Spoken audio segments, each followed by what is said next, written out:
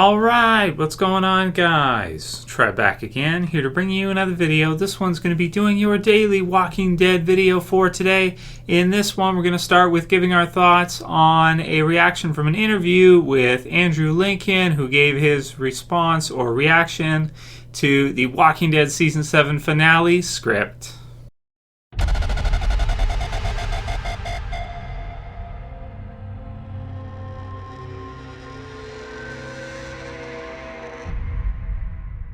Alright, and spoiler warning, of course, if you don't want to know any info. He didn't give away too much in terms of, specifics of the script or what it contained or anything. But yeah, spoiler warning if you don't want to know or if you aren't cut out for Walking Dead.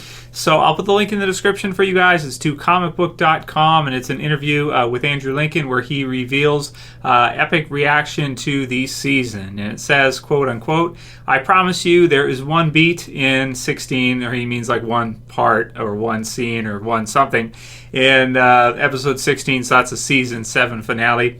I dropped my script and started punching in the air and did a little jig." So that's fun. So it had him dancing. So it sounds like it makes him, whatever it is that he read, makes him very happy. So what is it most likely to be? Well, I mean, most likely it's him getting revenge on Negan. So it sounds like to me, Rick and the gang, the survivors, are going to best Negan in some way in the finale, or there's going to be something kind of special in the finale that made him really happy. And I think it makes sense even for us as viewers too, and probably for him as well, because you got to remember, as bad as it is for us to see Rick and the gang under Negan's thumb and kind of completely oppressed and depressed and, not feeling good and having to answer up to him and having to surrender to him, we got to always remember that the cast involved, the actors, psychologically, that's got to be tough for them to do. If you look at the first half in Andrew Lincoln, where he starts off in the premiere, and even right up until the end of the first half, I mean, how many times does he have to do like crying sequences and emotionally distraught sequences, and just really, that's got to be really emotionally draining for an actor to just have to kind of pour out these kind of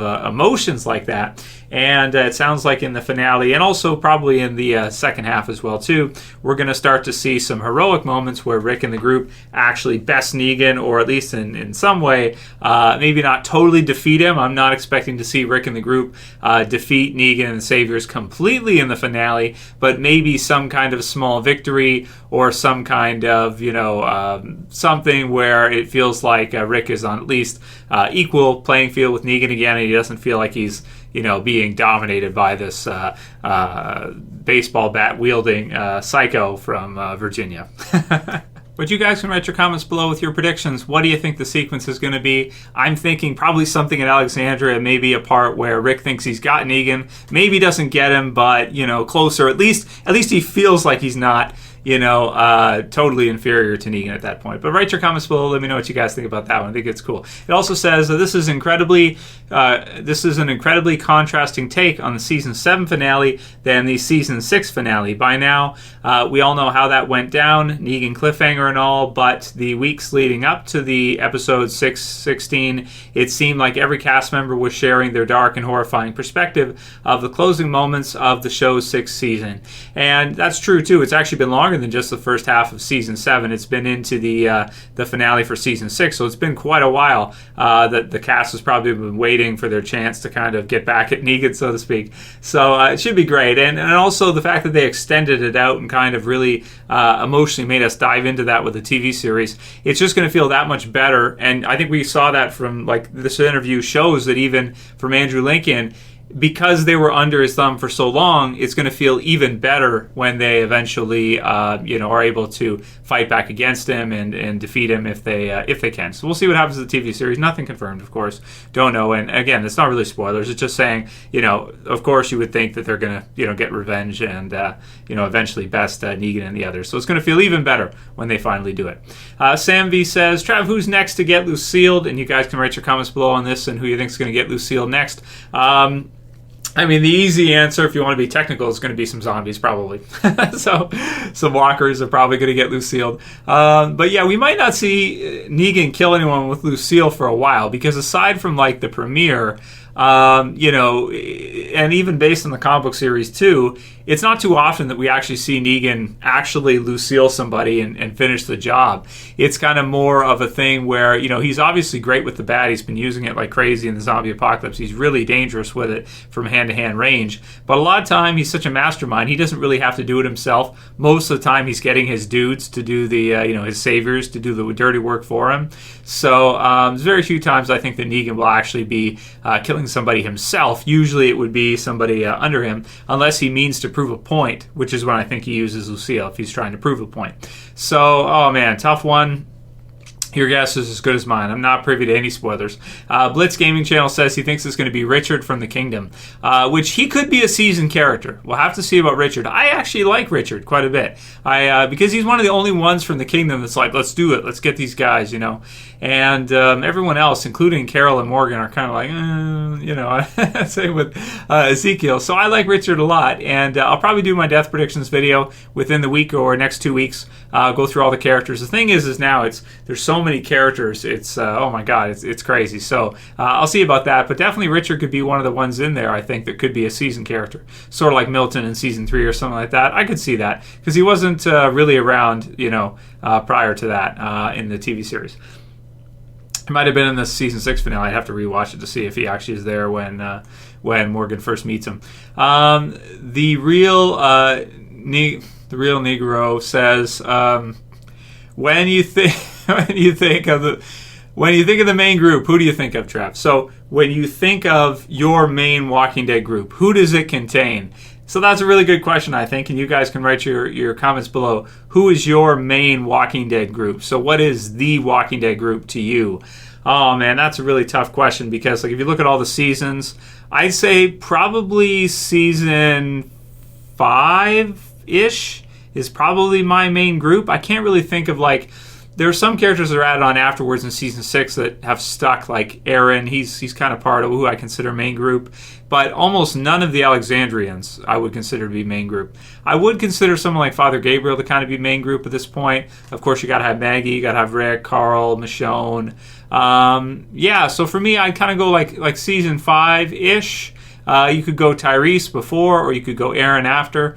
Maybe go a little bit after Tyrese, because I don't really think of Tyrese as main group anymore. Maybe it's been long enough that I've kind of sorted him in my brain and kind of thought of him as like an older character. And I certainly wouldn't go early like something like Merle or something like that. I don't usually think of the group like that. There's something about the season 5 Rick with the beard that's pretty damn epic. And you see like the cover and stuff for season 5, and he's got the beard and stuff. And even Negan acknowledges it when he sees the video, and he's like, whoa, you're gonna mess with that guy.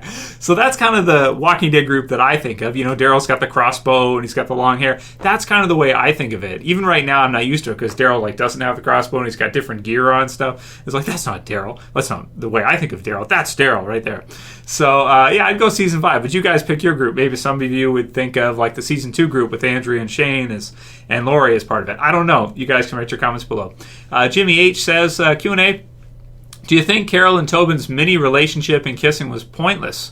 Do you think they will show more of them together? So for Jimmy, I agree with you. It is kind of pointless, especially, and this also doesn't help Carol's case either, the fact that she doesn't really care to tell Tobin she's alive. He probably assumes she's dead. You know what I mean? He probably thinks that she is dead right now, and she won't take even a day or however long it takes to send a raven or do whatever she's got to do.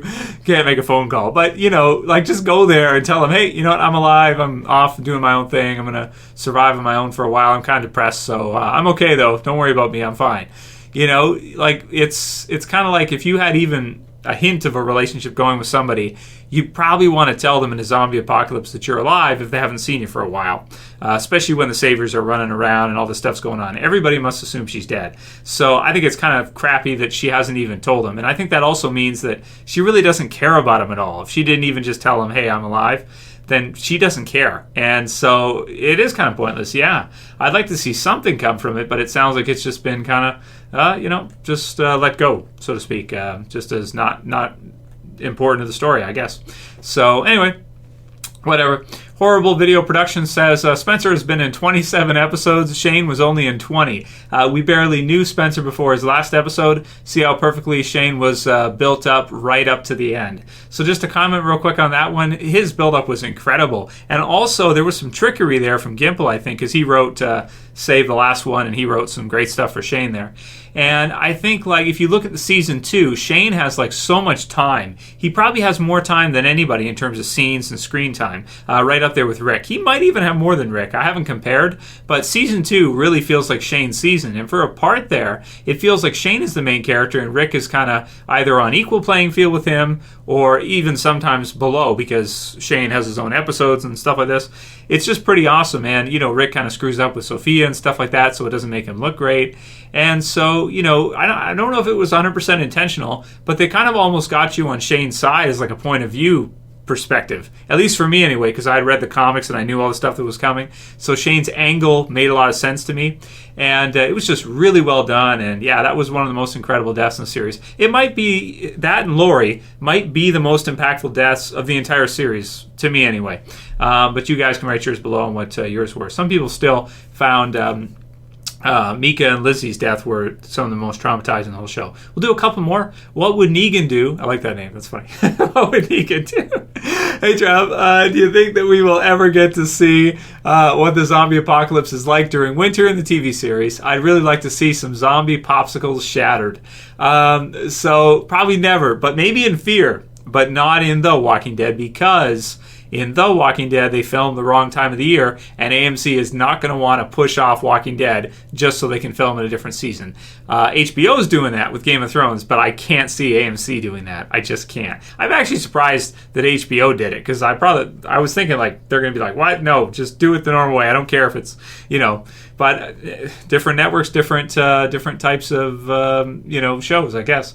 But no, we'll probably never see it. We could see it in Fear, though, which would be cool. You know, that'd be another cool thing they could do in Fear, which might be the reason they went to Mexico, is so that when they filmed during the winter, it's like, you know, nice and hot and everything. I don't know. I'm just speculating. I'm not sure exactly when they filmed Fear, to be honest with you. Julio Bernal says, and this will be, I guess this will be the last one. He says, Q&A, Trev, if you could bring back one character for All Out War, who would it be? Let's go with Shane, since we were talking about him earlier. That'd be cool to see John Bernthal. Punisher gear and everything, and miniguns and all this stuff. No, I don't know. Anyway, that'll be it for today's Q&A, guys. If you guys liked it, as usual, please thumb it up below. You can also share. You can favorite if you're new. You want to subscribe? Bottom left to subscribe. Also, click the bell at the bottom if you're already subscribed. It gives you notifications. So if you want to know when I posted a video for you guys, you can click that bell and you'll get to see. It'll notify you. Very cool. That's it for this video, guys. We'll see you again soon for another. As always, it's Trav saying peace. Later, guys. I'll see you soon.